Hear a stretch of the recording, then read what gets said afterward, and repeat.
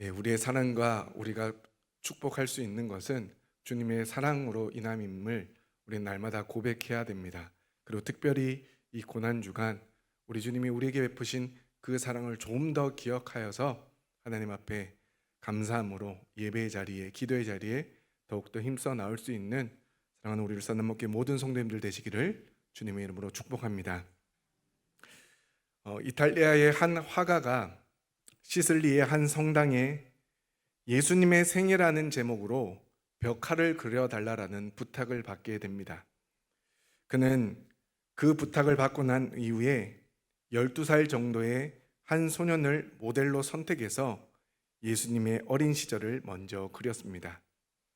그리고 그림을 그리기 시작한 지 상당한 세월이 흘렀고, 그로 인해서 이 화가는 그림을 완성해야 되겠다라는 압박을 느끼기 시작합니다. 그가 가장 고심했던 부분은 예수님이 십자가를 앞두고 고난을 받으시는 모습을 어떻게 그릴지를 고민하고 또 고민하였습니다. 그리고 어느 날 그는 고난받으시는 주님의 모습을 그리기 위해 예수님을 배반한 유다의 모습을 한 인상적인 모델을 선택해야 되겠다라는 생각을 하게 됩니다. 그래서 그 모델을 찾기 시작했습니다. 하루는 술집에 찾아가 술에 취해 술주정을 하고 있는 한 사나이의 특이하고 저항적인 표정이 마음에 들어 그 사람을 유다의 모델로 적합하다고 생각되어 그 사람이 술이 깨기까지 기다린 다음에 자기의 그림의 모델이 되어 달라고 부탁했고, 그리고 그 사람을 자기의 집으로 데려가 자기가 어떤 그림을 그려야 되는지 그 그림을 설명한 다음에 가룟 유다의 포즈를 취해 달라고 부탁을 하게 됩니다. 그런데 이상하게도 그런 부탁을 들은 그 사람이 갑자기 눈물을 흘리며 화가 선생님, 저를 기억하지 못하십니까? 라는 질문을 던지게 됩니다. 그리고 이어서 하는 말이 저는 여러 해 전 선생님의 그림에서 소년 예수님의 모델로 선택된 사람입니다 라고 이야기를 했다고 합니다. 이 이야기의 사실성은 입증하기가 어렵지만 이 이야기가 주는 교훈만은 분명합니다. 예수님을 닮아야 할 사람이 예수님의 배반자도 될 수 있다라는 가능성이 모든 사람들에게 열려 있다라는 것입니다. 예수님 곁에서 가장 가까이 머물러 약 3년 이상의 삶을 함께 했음에도 기어이 예수님을 닮지 못하고 배반자가 되어버렸던 가룟 유다. 그런데 여러분, 가룟 유다의 이름의 뜻을 알고 계십니까? 가룟이라는 말은 가룟이라는 지역을 나타내는 말이고, 유다라는 말은 히브리어로 예후다라는 말로 하나님이 찬양을 받으실지라라는 뜻을 가지고 있습니다. 즉 한마디로 말하면 찬양이라는 뜻을 가지고 있는 이름입니다. 그러니 가룟 유다의 부모님 역시도 가룟 유다가 하나님을 찬양하고 높이는 믿음의 사람이 되길 바라는 마음으로 그의 이름을 유다라고 지었을 것입니다. 그래서인지 가룟 유다는 사람들에게 있어 꽤 괜찮은 사람으로 보여진 것 같습니다. 예수님의 제자로 예수님과 동고동락했으니 사람들에게 좋은 신앙인으로 보여졌을 것입니다. 그리고 유다는 제자 그룹에서 회계 관리를 담당했습니다. 유다가 회계로 선택되었다라는 것은 그가 믿음직한 사람, 신뢰받을 만한 사람으로 인정받고 있었다는 사실을 짐작해 볼 수가 있습니다. 하지만 그는 불행하게도 찬양의 대명사가 아니라 저주의 대명사가 되었고, 신뢰의 아이콘이 아니라 불신의 아이콘이 되어버렸습니다. 오늘 본문 21절 말씀을 보시면 예수께서 이 말씀을 하시고 심령이 괴로워라고 기록하고 있습니다. 심령이 괴롭다라는 말은 감정적 동요나 고통을 나타내는 말로 앞선 요한복음 12장에서 십자가의 죽음을 앞두고 지금 내 마음이 괴로우니라고 말씀하셨을 때도 이와 동일한 단어를 사용하셨습니다. 이처럼 예수님께서 괴로워하신 이유는 단순히 어느 제자의 배신 때문만이 아니라 사랑하는 제자가 스스로 멸망의 길을 선택했다라는 것을 예수님은 알고 계셨기 때문입니다. 예수님은 유다가 회개하지 않고 사탄의 도구가 되어버릴 것을 아시고 그를 향한 안타까움과 슬픔으로 인하여 심령이 괴로우셨던 것입니다.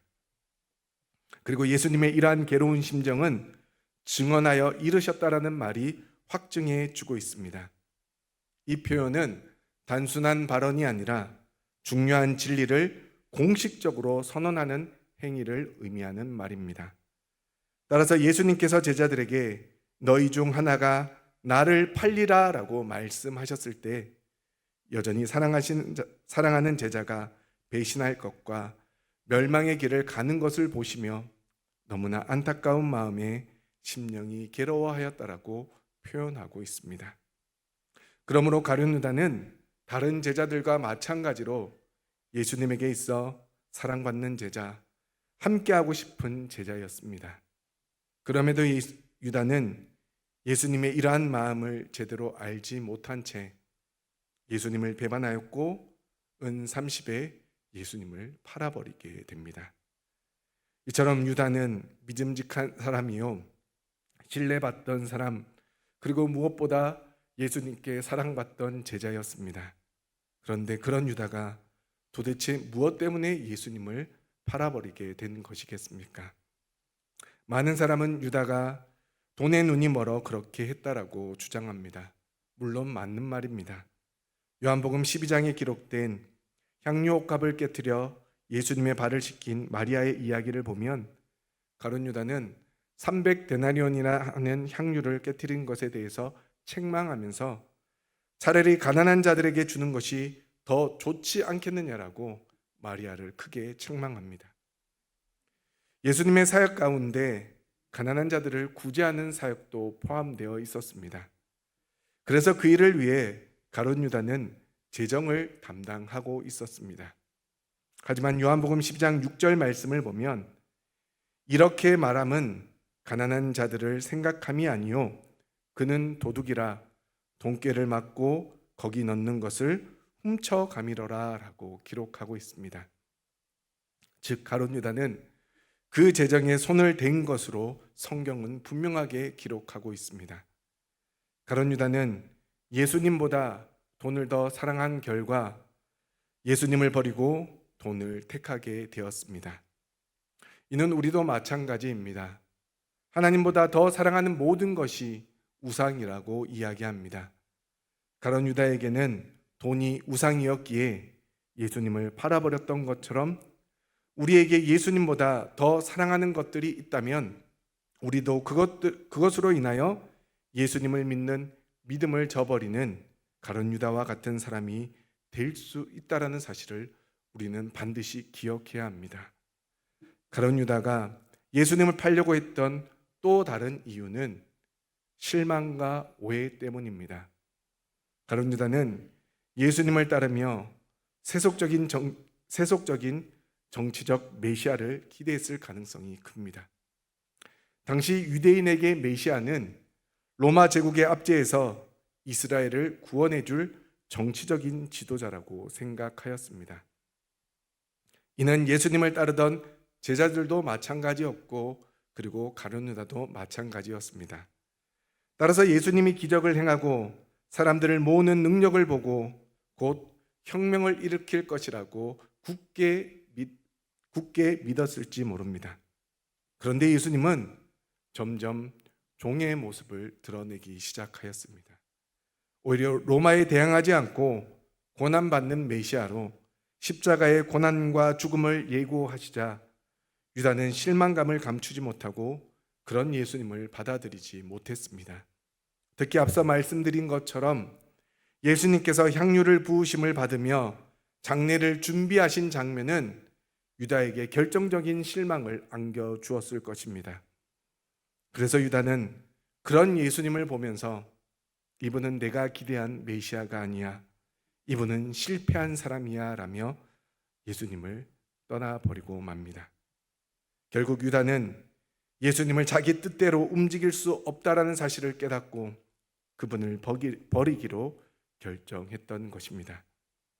이는 예수님에 대해서 오해한 것이며 또 예수님을 얼마나 자기 중심적으로 믿었는지를 알 수 있는 대목입니다. 그리고 이러한 모습은 우리에게서도 찾아볼 수가 있습니다. 우리는 종종 유다처럼 하나님을 우리의 기대 안에 가두려고 하는 모습들이 있습니다. 하나님은 왜 내 기도에 응답하시지 않는지, 하나님은 내가 원하는 때에 내가 원하는 방식으로 왜 역사하지 않는지 하나님께 불평하며 불만을 드러낼 때가 있습니다. 하지만 하나님은 이사야 55장 8절 말씀에서 분명히 우리에게 말씀해 주고 있습니다. 이는 내 생각이 너희의 생각과 다르며 내 길은 너희의 길과 다름이니라. 여호와의 말씀이니라. 아멘. 그런데 유다는 오직 자기의 생각 안에 갇혀 자기만 의로운 것처럼 생각하여 예수님을 오해하였고 예수님에 대해 실망함으로 예수님을 버렸고 예수님을 배반하였습니다. 그런데 참으로 무서운 사실은 이러한 유다의 행동이 충동적인 행동에서 비롯된 것이 아니라는 것입니다. 성경을 주의 깊게 살펴보면 유다의 행동은 충동적인 행동이 아니라 지극히 계획적인 행동이었음을 알 수 있습니다. 마태복음 26장 15절에서 16절 말씀을 보면 내가 예수를 너희에게 넘겨주리니 얼마나 주려느냐 하니 그들이 은 30을 달아 주거늘 그가 그때부터 예수를 넘겨줄 기회를 찾더라라고 말씀합니다. 또 누가복음 22장 5절과 6절 말씀에서도 그들이 기뻐하여 돈을 주기로 언약하는지라 유다가 허락하고 예수를 무리가 없을 때에 넘겨줄 기회를 찾더라라고 말씀합니다. 즉 유다는 계속해서 예수님을 넘겨주기 위해 기회를 노리고 있었다라는 것입니다. 의로웠던 사람이 어느 날 갑자기 변한 것이 아닙니다.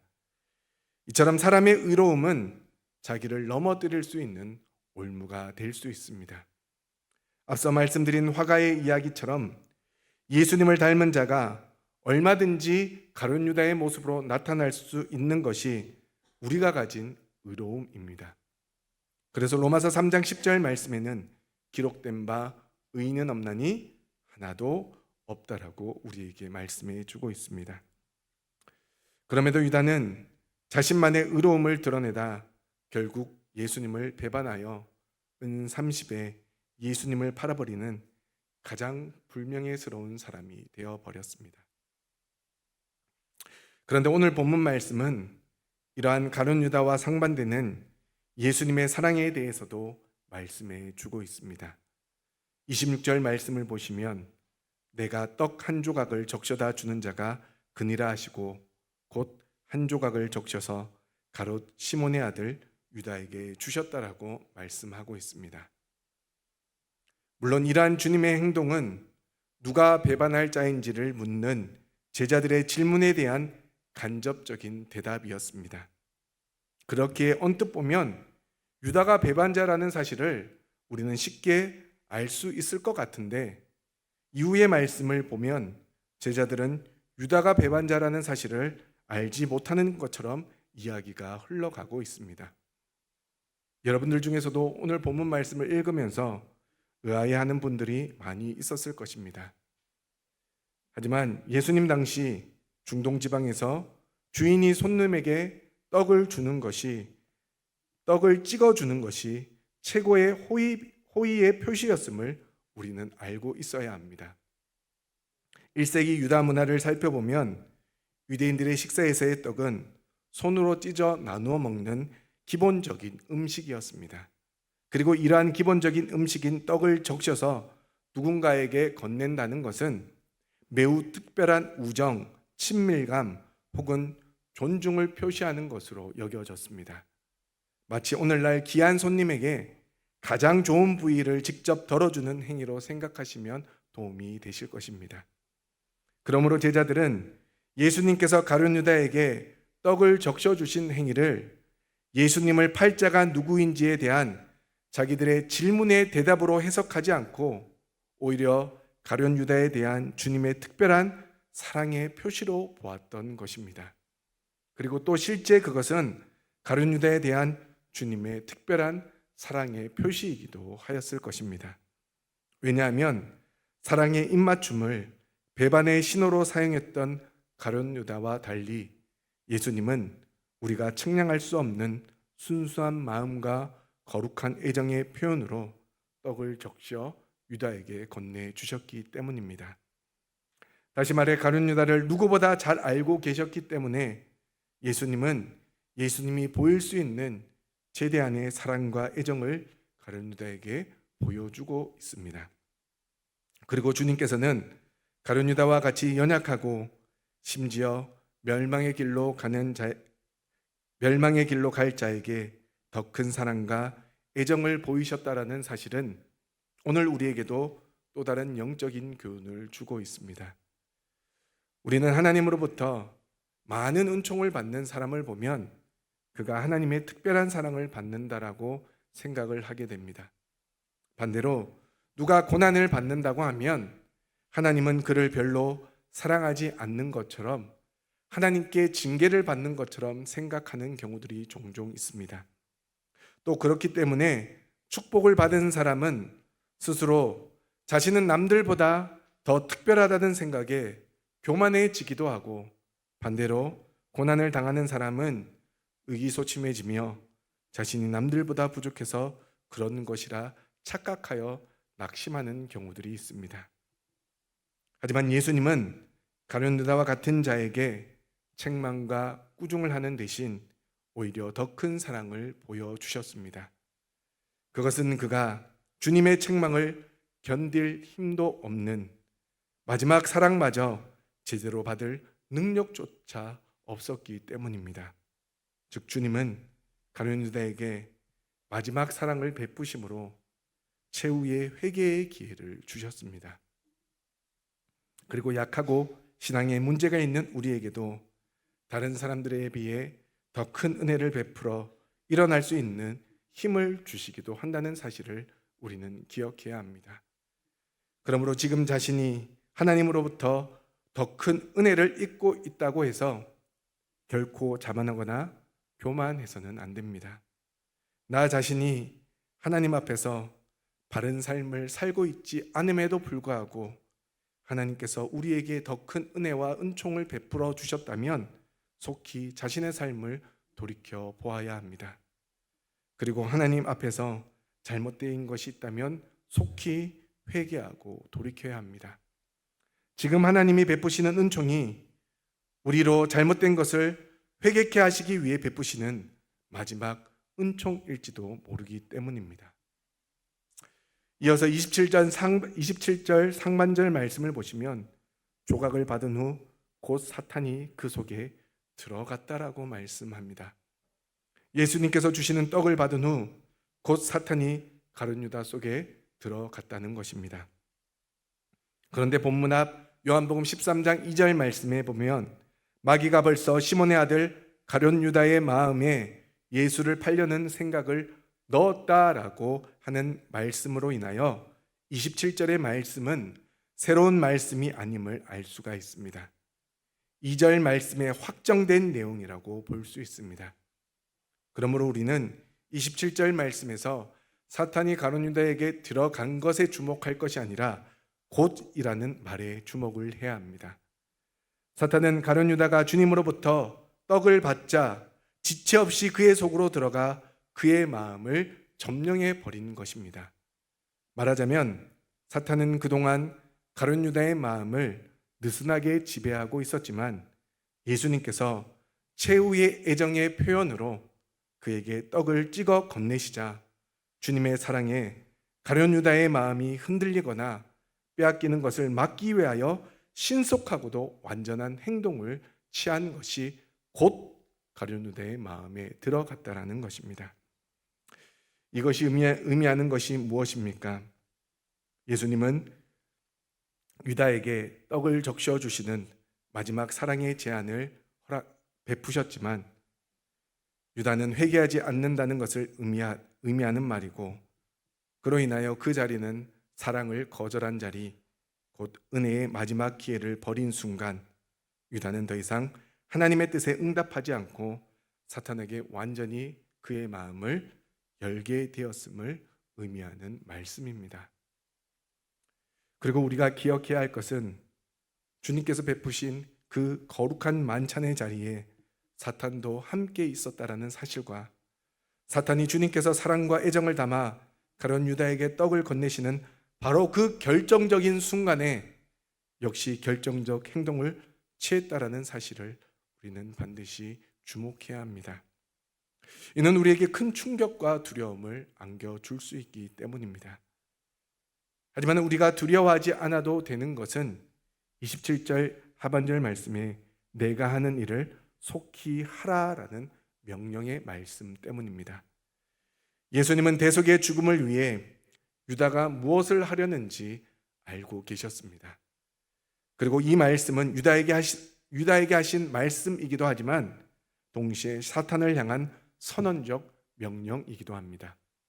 즉 사탄은 우리 주님 앞에서 스스로 할 수 있는 것이 아무것도 없을 뿐더러 주님의 명령에 순종해야 할, 다시 말해 하나님의 뜻을 이루기 위해 순종하는 도구로만 사용되어진다라는 것을 예수님은 이 명령을 통해 분명히 보여주고 있기 때문입니다.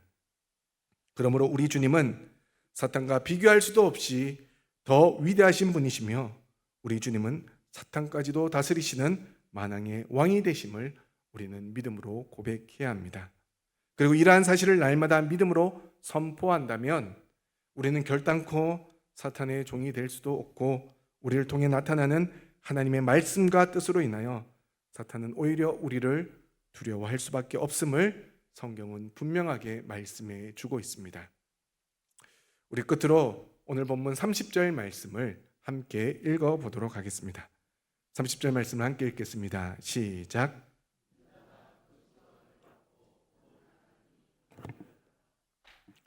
(30절) 말씀에서 유다는 예수님이 전해준 그 떡 한 조각을 받고 곧 나갔다라고 말씀합니다.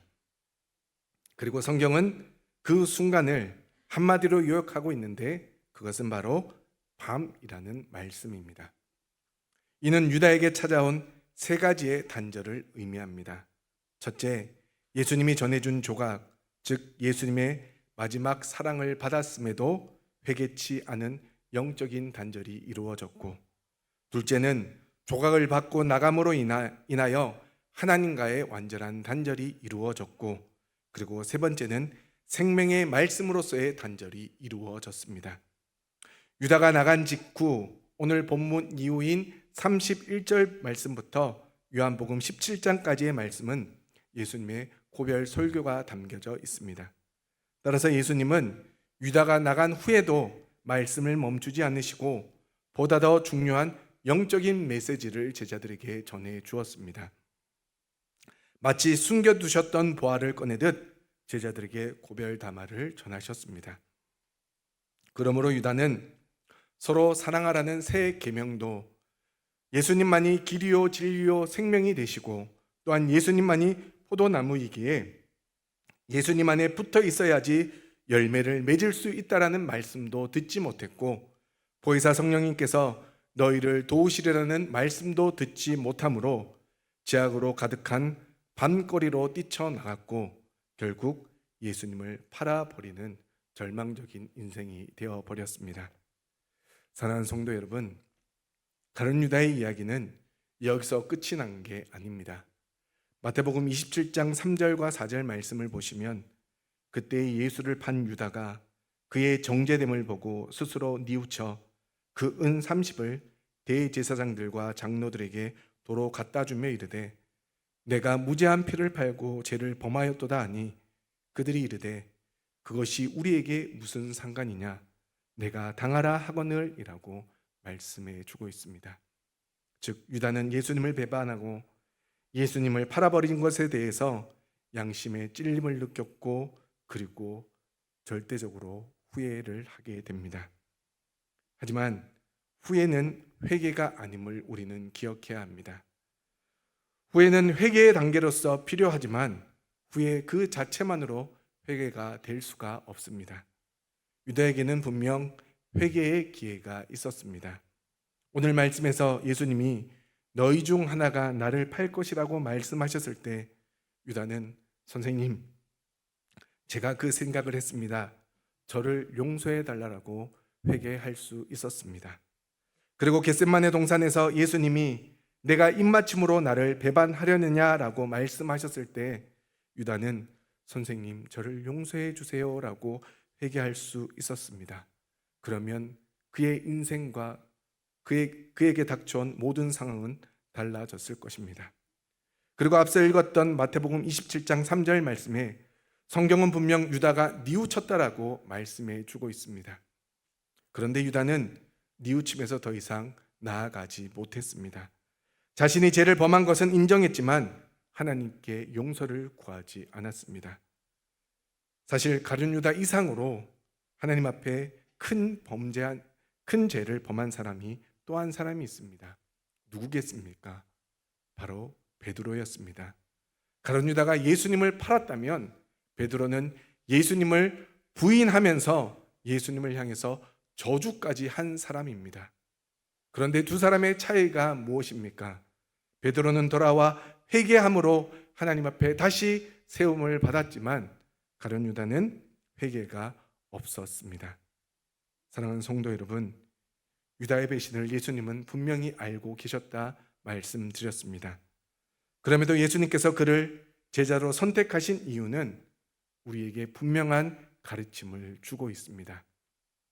그것은 누구나 가룟 유다와 같은 사람이 될 수 있다라는 것입니다.